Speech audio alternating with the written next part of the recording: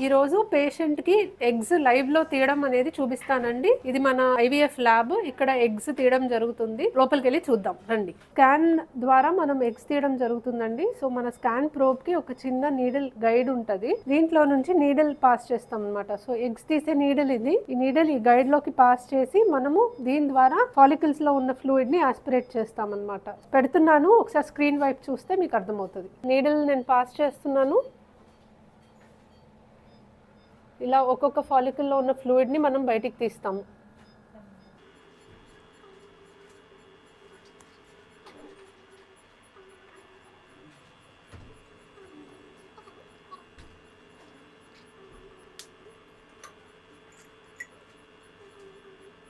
So ఇలా మనము aspirate చేసిన ఫ్లూయిడ్ అంతా ట్యూబ్లో కలెక్ట్ అవుతుంది. ఆ ట్యూబ్ మనం ఎంబ్రియాలజిస్ట్కి ఇస్తాము. దాంట్లో ఎగ్స్ ఉన్నాయా లేవా చెక్ చేయడానికి.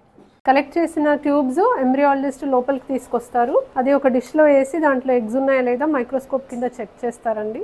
సో ఎగ్స్ స్క్రీన్ అవుతున్నాయి. తనకు ఎగ్స్ కనిపించినాయి అలా తను తీసి పక్కన వేరే డిష్లో పెట్టుకుంటుంది. స్క్రీన్లో కనిపిస్తున్నాయి, ఇవి తీసిన ఎగ్స్ అనమాట. చూడడానికైతే ఎగ్ క్వాలిటీ బాగుంది. ఇది ఎగ్ పికప్ ప్రొసీజర్.